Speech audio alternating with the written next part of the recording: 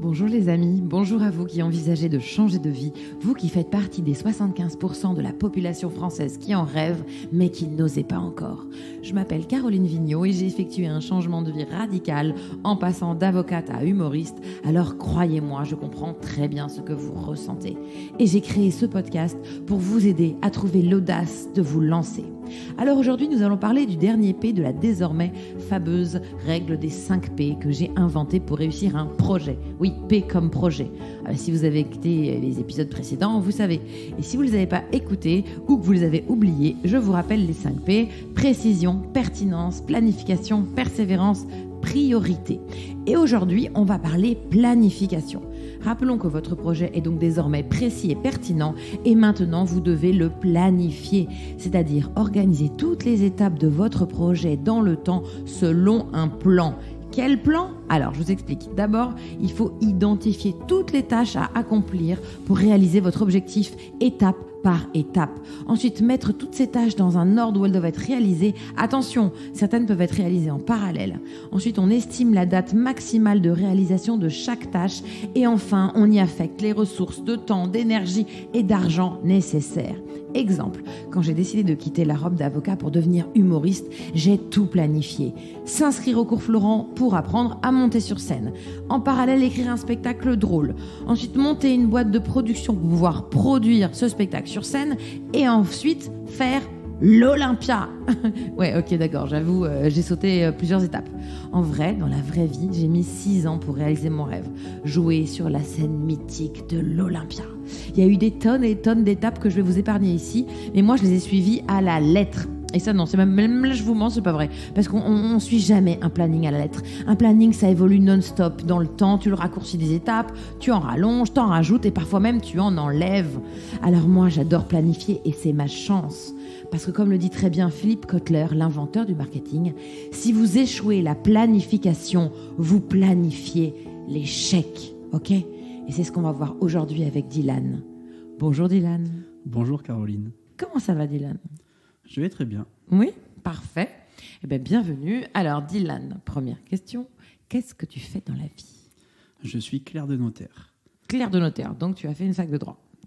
Je fais un BTS notariat. BTS notariat, d'accord, donc tu as fait du droit. D'accord. Et alors, tu es clerc de notaire depuis combien de temps ? Ça fait 2 ans maintenant. D'accord. Et tu es heureux ? Pas vraiment. Oh, j'avais un peu la réponse pour 2 raisons. D'abord parce que tu es là, évidemment, et deuxièmement parce que j'ai lu ta petite fiche. Donc, pourquoi ce métier ? Pourquoi tu as choisi clerc de notaire ? Comment ça s'est passé ? Mon premier rêve était de rentrer dans la marine nationale, ce qui n'a pas pu être possible à cause d'une blessure physique. D'accord. Et derrière, je cherchais un peu le domaine qui m'intéressait et le droit m'a toujours attiré. D'accord. Et j'ai commencé un BTS notariat Parce que c'est ça qui m'intéresse. Parce que... ayant fait un bac pro dans l'optique de rentrer à la marine, je me disais que c'était une première marche pour me remettre le pied à l'étrier si je voulais poursuivre mes études. D'accord, mais pourquoi notariat ? Parce que j'avais rencontré beaucoup de professionnels du droit. Parce que je pense que mon atout premier, c'est mon carnet d'adresse. Ça, on verra tes atouts après, mais pour l'instant, j'aimerais que tu développes pourquoi tu as choisi notariat. La suite de rencontres avec des notaires et des clercs notaires. D'accord. J'ai eu cette passion pour le conseil et tout ce qu'a apporté le métier. Donc, tu as eu une envie. Donc, c'est une envie que tu as eue de devenir clerc de notaire. Oui. C'est pas le hasard de la vie. Non, donc c'est un choix. Et donc, tu as passé les examens, tu as suivi les cours. Donc, vraiment, là, on est dans la volonté, la conscience. Oui. D'accord. Et donc, tu deviens clerc de notaire quand ? Il y a 2 ans maintenant. D'accord. Et alors, à partir de quel moment ça commence à te déchanter ? Il y a quelques mois, je dirais 8-9 mois, où dans mon métier, je suis amené à voir beaucoup de personnes et à les conseiller. Et les conseiller me suffit plus, il me manque quelque chose. Et alors, moi je sais, parce que j'ai lu ta fiche, mais les gens ne savent pas encore. Qu'est-ce qui te fait rêver ? J'ai toujours voulu devenir avocat. Mais voilà, on y est. C'est pour ça ma question depuis tout à l'heure, parce qu'en fait, tu voulais devenir avocat. Oui. Alors pourquoi un BTS notariat ? Parce que quand l'avocat que j'avais rencontré à l'époque où j'ai fait mes recherches m'a pas transmis ce que j'attendais. Ou peut-être que moi, j'avais pas les bonnes D'accord, questions donc à l'époque. à ce moment-là, tu as été déçu en approchant le métier d'avocat, tu te dis en fait, c'est pas ça que je veux Par faire. les réponses que j'ai eues. Après, je pense que c'est moi qui n'avais pas à ce moment-là les bonnes questions. Ah, c'est drôle parce qu'on va en reparler, mais déjà tout à l'heure, tu as essayé de le dire, tu l'as écrit dans ta fiche, donc je sais que c'est important pour toi, le réseau, les relations. Mais tu vois, tu mets beaucoup d'importance sur ce que vont te dire les gens et pour te faire ta propre opinion. Et ça, on va le dire tout de suite parce que sinon j'ai peur d'oublier, ça c'est vraiment un danger. C'est très important de prendre l'avis de professionnels, d'avancer pour avoir de la matière, pour se faire sa propre idée, mais il faut faire attention, je le dis très souvent, même les gens avec la meilleure intention du monde, ils vont vous dire des choses en fonction de leur prisme, leurs angoisses, leurs joies, leurs envies, leurs déceptions, leurs désespoirs, leurs échecs. Voilà. Donc, il faut prendre les infos, mais avec des petites pincettes. Et si tu rencontres un avocat qui te dit des choses, ce qui t'est arrivé, qui te donne moins envie de faire le métier, avant de se dire, bon, bah, du coup, c'est pas ce que je veux faire, prenez d'autres, tu vois, allez dans le panel des autres avocats ou des autres gens. Donc en fait, toi, en tant que clerc de notaire, tu vas rencontrer les avocats et là, tu vas dire, en fait, si, c'était bien ça que je voulais faire. C'est ça. D'accord. Donc quand tu réalises ça, qu'est-ce qui se passe? Et je me dis que je suis passé à côté de quelque chose, mais j'ai une vie, j'ai un style de vie. Est-ce que je dois vraiment le faire ou pas? Hop, il va très très vite là. Ah. Donc tu as envie de le faire. Oui. Enfin, c'est sûr, tu te dis, voilà, je veux être avocat. Oui. Alors, vas-y, dis-le. Je veux être avocat. Voilà, on va commencer par ça. Donc qu'est-ce qui t'empêche de devenir avocat? La vie que j'ai actuellement. Stop, ça veut dire quoi? Je gagne un salaire conséquent qui me permet d'avoir un style de vie. Et tu penses que quand tu seras avocat, tu auras moins d'argent? Non, mais pendant mes études, oui. Ah, voilà, donc on a une période de transition. Oui. D'accord. Est-ce que, bon, alors, c'est pas le hasard si je t'ai choisi pour parler de planification. Parce que quand j'ai vu quand même ton profil, en plus, tu vas quand même raconter que c'est la mort d'un proche qui va te donner l'envie de vivre pleinement de ton rêve et qui te motive, c'est pour ça que ça nous fait quand même pas mal de points communs avec Dylan, parce que c'est ce qui m'est arrivé et j'étais avocate. Alors moi, j'ai changé d'avocate à autre chose, mais en tout cas, parfois, les gens qui viennent ici me parlent de métier et je ne peux pas les conseiller simplement parce que je ne connais pas bien comment on devient. Alors que comment on devient avocat, j'en ai une petite idée. Donc, je sais à peu près ce qu'il faut faire, même peut-être que ça a changé depuis la grande époque, parce que je suis un peu vieille.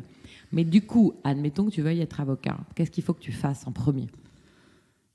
Une inscription à la fac de droit. Ah oui. Terminer une licence. Oui. Terminer, c'est-à-dire que tu l'as commencé? Non, mais avec mon BTS, je peux... Tu as une équivalence? Oui, je peux commencer en licence 2 et pas en licence 1. Ah, donc déjà, on a une année de moins, donc ça, c'est bien. Donc, ok, très bien. Donc, il te faut combien d'années à la fac? 2 ans. 2 ans à la fac, d'accord. Donc, ton angoisse financière, c'est sur 2 ans?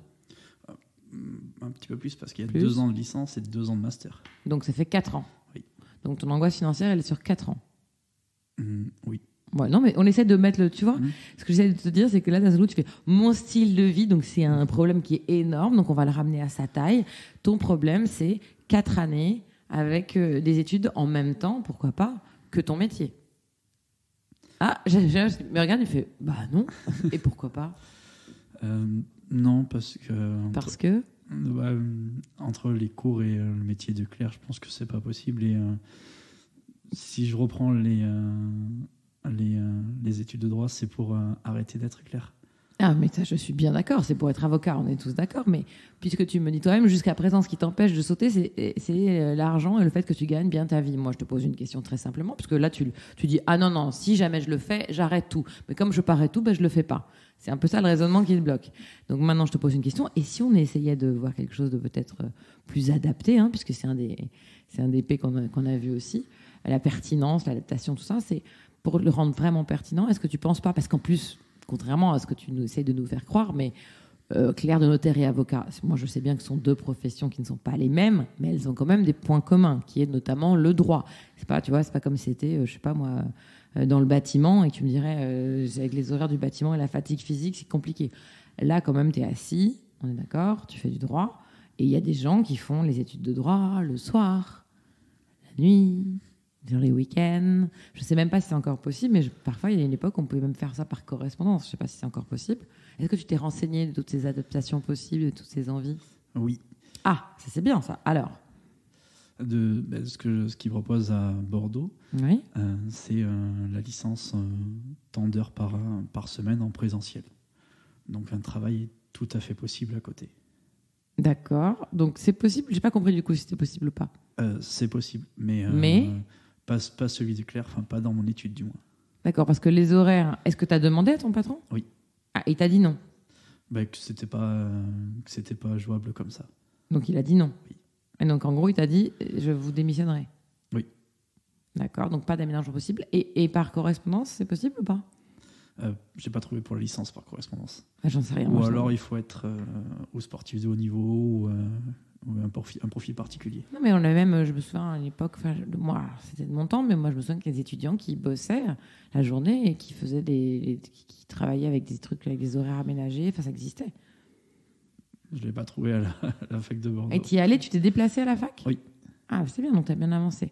Donc en fait, tu es en train de m'expliquer que tu ne peux pas. Que c'est techniquement pas possible de faire les deux. Tu es sûr de toi? Oui. Très bien. Donc maintenant, qu'est-ce qu'on fait une fois qu'on a décidé ça? Là, du coup, tu n'as plus le choix. Si ce que tu me dis est vrai, que tu as tout vérifié, mais franchement, on passe le message à ton patron, hein, il n'est pas très sympa, parce que tu pourrais très bien lui dire, moi, de telle heure à telle heure, ok, je serai peut-être pas là, mais je reviens après les cours, surtout qu'il y a des cours qui ne sont pas obligatoires en présentiel. Donc ça ne doit pas être énorme, hein, la fac, si. Apparemment trop pour lui. Pour des gens à qui tu rapportes de l'argent, évidemment. Bon, alors là, il va falloir que tu fasses un choix. Mais, alors là, pour le coup, je vais aller encore plus loin. Je ne vais pas te dire, ça ne veut pas dire que tu gagneras plus d'argent. Ça veut dire, effectivement, tu vas pendant 4 ans exercer un autre métier, ça lequel, je ne sais pas, ça doit te décider. Ou alors, tu peux emprunter de l'argent aussi, faire un emprunt pour survivre ou demander de l'aide à tes amis. J'en ai déjà parlé de tout ça parce que quand on parle de la problématique financière, en fait, il n'y a pas une solution. Il y a plein de solutions et d'abord, elle dépend de ta situation. Est-ce que tu as un emprunt? Est-ce que tu as des enfants? Est-ce que tout ça, c'est très bloquant de continuer à payer ton emprunt et tes enfants pour les nourrir, etc. Mais tu peux aussi vendre ton appart, demander à tes parents de t'héberger. Enfin, si vraiment c'est ton rêve, il y a plein d'options. Et c'est que pour 4 ans. Est-ce que tu te souviens des 4 dernières années, la vitesse à laquelle elles sont passées? Très vite. Voilà, donc moi je te dis, c'est 4 années versus un rêve d'une vie. Qu'est-ce qu'on fait, Dylan? Je me suis... j'ai rempli ma demande pour m'inscrire à la fac et je recherche un boulot étudiant. Ah bah voilà. Alors étudiant, tu sais, alors la fac, je ne sais pas comment ça se passe encore une fois, je ne veux pas dire de bêtises. Mais nous, de mon temps, on devait être présent, on appelait les TD, et on avait en amphi, on n'était pas obligé d'être là. Moi, j'avais acheté le bouquin, et quand je pouvais pas aller au cours d'amphi, alors c'est pas forcément parce que je travaillais, hein, mais c'est souvent parce que je dormais, parce que je m'étais couchée chez tard, parce que j'étais étudiante. Ça, c'est vrai, mais ce que je veux dire, c'est que tu pourrais aussi aménager tes horaires à la fac en fonction d'un boulot qui pourrait pas être seulement un boulot d'étudiant, mais un boulot à mi-temps. Enfin, il y a beaucoup, beaucoup de choses qui sont possibles pour pouvoir subvenir à tes besoins. Et donc, toi, tu as une famille à charge? Non. Non, donc ça c'est un bon point quand même dans cette situation. Tu as un emprunt? Non plus. Non plus, c'est vraiment une bonne situation. Donc on parle de quoi? C'est ton niveau de vie par rapport à toi, tes sorties, les vêtements, tu peux les garder. 4 ans, on peut vivre sans s'acheter beaucoup de vêtements. Oui.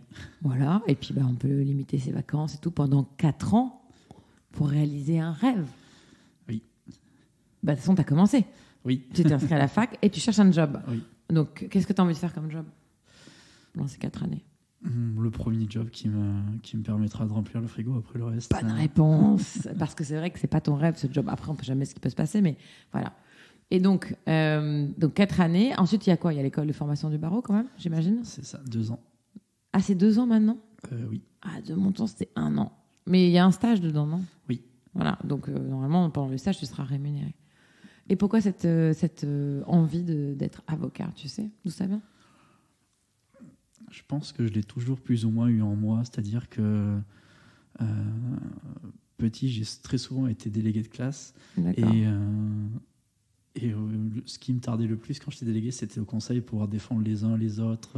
Ce qui est fou, tu vois, c'est que tu as ce rêve depuis longtemps et qu'il y a un avocat, un jour, à qui toi tu penses, en plus c'est encore de ta faute, tu penses que tu as posé les mauvaises questions. Il n'y a jamais de mauvaises questions, donc je te le dis tout de suite, c'est pas parce que tu as posé les mauvaises questions, c'est parce que tu as eu des réponses et tu lui as donné le pouvoir de changer ton rêve. C'est toi qui lui as dit, en fonction de vos réponses, ça va modifier ma situation. Heureusement pour toi, ça a duré que 2 ans. Moi, je croise des gens ici et ailleurs qui réalisent la même chose que toi, mais pas au bout de 2 ans de leur profession, mais au bout de X années, tu vois. Donc ça, c'est une bonne chose. Donc tu as commencé à faire des choses, donc, puisqu'on est sur un épisode sur la planification, donc on y va. Dylan, qu'est-ce que tu vas planifier? On y va. Donc première chose que tu vas faire, inscription à la fac, ça c'est fait. Deuxième chose, donc maintenant, c'est trouver un job. Donc tu lui donnes du temps, tu lui donnes de l'énergie. Combien de temps tu t'es mis? Jusqu'en septembre, de commencer les cours. D'accord. Ah oui, donc on est quand même très large, Dylan. Il y a quand même peu de chances que tu n'arrives pas à trouver un job d'ici septembre. Si tu veux, hein? Non? Ah si, bien sûr. Même, j'ai largement le temps devant moi. Oui, là, surtout qu'en plus, quand tu cherches un boulot et que t'es pas... tu sais pourquoi tu le cherches, c'est ce qui est ton cas. C'est que c'est pas très spécifique, tu vas trouver. Moi, je suis sûre que tu vas trouver. Ok, ensuite, qu'est-ce qu'on fait? C'est quoi la planification? On se planifie 2 ans pour réussir la licence. D'accord. 2 ans de plus pour le master. Donc, on est hyper motivé. Ça, c'est aussi quelque chose. Tu veux pas rater une année. Ah non. Bah, voilà. Et on se planifie peut-être des stages entre les années. D'accord. Tu connais déjà des cabinets d'avocats? J'en connais quelques-uns sur Bordeaux. Parce que moi, quand j'avais lu dans ta fiche, c'était des choses qui m'avaient frappé. Quand je te demandais ce que tu avais fait pour ça, et tu me disais pas grand-chose, si ce n'est que je connais beaucoup de gens et que j'ai un gros réseau. Donc ça, évidemment, pour trouver des stages, ça sera utile. Mais c'est pas eux qui vont t'aider à avoir le diplôme. Hein. Bien sûr. Non, bien sûr. C'est à moi de bûcher pour le faire. Mais tu vas voir un truc extraordinaire que dit Confucius. Quand on fait quelque chose qu'on aime, et quand on marche vers son rêve, ce qui va être ton cas, parce que le fait que tu prennes le risque d'arrêter ton job clerc de notaire pour... et même à mi-temps, ils n'ont pas voulu, je reviens dessus, ça m'énerve en fait. Non, même à mi-temps, ils n'ont pas voulu. Bon, très bien. Bah, tu t'es pas renseigné auprès d'autres notaires pour savoir si vous n'aurez pas besoin de quelqu'un à mi-temps? Et j'ai envoyé plusieurs candidatures, mais j'ai pas eu de réponse. Eh ben, va frapper chez eux.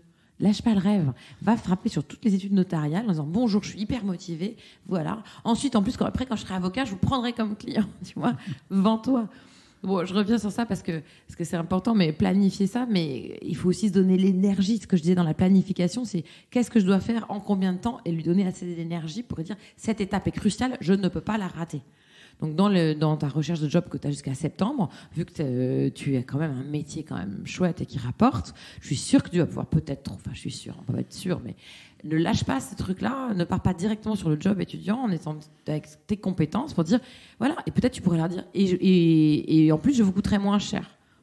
J'en sais rien, parce que de toute façon, peut-être que clerc de notaire moins cher serait toujours plus cher que ce que tu serais capable d'accepter pour un job étudiant, comme tu viens de me le dire. T'en sais rien. Donc peut-être, voilà, vends-toi, vas-y, va leur dire. Même ton patron, hein, qui est pas gentil, là, que j'aime pas, que je connais pas, mais j'aime pas, tu lui as proposé peut-être une baisse de rémunération? J'ai fait plusieurs propositions, mais et aucune. Bon, bah vas-y, lui, on l'oublie. Allez, hop. Mais par contre, il y a d'autres études notariales et tu vas peut-être trouver sur quelqu'un qui va comprendre ton rêve. Et ce que je voulais dire tout à l'heure, et que j'ai pas terminé, parce que je suis énervée par ce monsieur, ou cette dame, j'en sais rien d'ailleurs, c'est que tu vas voir ce qui est magique. Moi, je le vis, et tous les gens qui réalisent leur vie, leurs rêves, le ressentent. Et Confucius le dit très bien. Quand on fait un métier passion, quand on fait un métier qu'on aime, en fait, on va plus travailler. Donc, tu vas aller à la fac avec une espèce de volonté et un plaisir. Quand bien même tu as la peur, parce que justement, qui va te motiver, en plus tu as la peur qui va te motiver parce que tu ne peux pas perdre d'année, tu as la joie d'y être et de te donner ce courage-là, il va falloir que tu sois fier de toi, Dylan. Il va falloir qu'à la fac, tu sois fier de t'être lancé, de t'avoir écouté, d'avoir suivi ton instinct, c'est tout ça. Et donc ce mélange de peur, de fierté, de joie, ça va te donner des ailes pour réussir tes années, bim, bim, bim, de pouvoir arriver à travailler en même temps que tu fais ça, surtout qu'à chaque fois tu vas te dire c'est que 4 ans. La première année va passer comme ça, la deuxième aussi, troisième année, et hop, tu vas te retrouver avocat. Et un jour, tu vas croiser ton patron notaire qui t'avait emmerdé, et tu vas pouvoir lui dire « Vous vous souvenez de moi ? Vous avez refusé de m'aider quand je vous disais que je voulais réaliser mon rêve. Toutes les options que je vous avais proposées, il n'y en a pas une sur laquelle vous avez pu vous positionner pour aider un être humain à réaliser son rêve. Eh ben, je suis avocat. » Ta femme, c'est beaucoup de bien. Non ? Ah si. Allez. Alors, planification, qu'est-ce qu'on fait aujourd'hui ? Aujourd'hui, on trouve une autre étude pour pouvoir voilà, continuer une bonne idée. On trouve déjà, tu peux commencer par lister toutes ces études les unes après les autres. Peut-être qu'il va falloir que tu ailles plus loin que Bordeaux. Peut-être que tu peux aller travailler en banlieue, à côté, j'en sais rien. Et agrandis tout, baisse un peu peut-être ta rémunération, mais je suis sûre que tu vas trouver. Je sais pas, je le sens. Moi je crois qu'en plus, de toute façon, même si tu trouves pas, tu trouveras autre chose. Oui. Tu as l'air déterminé. Oui. Mais c'est hyper important, ça. Et surtout quand on a le malheur mais comme beaucoup de gens, ce qui a été ton déclic, ce qui a été le mien également, de perdre quelqu'un, on se rend compte aussi que la vie, elle vaut la peine d'être vécue parce que de toute façon, elle va s'arrêter.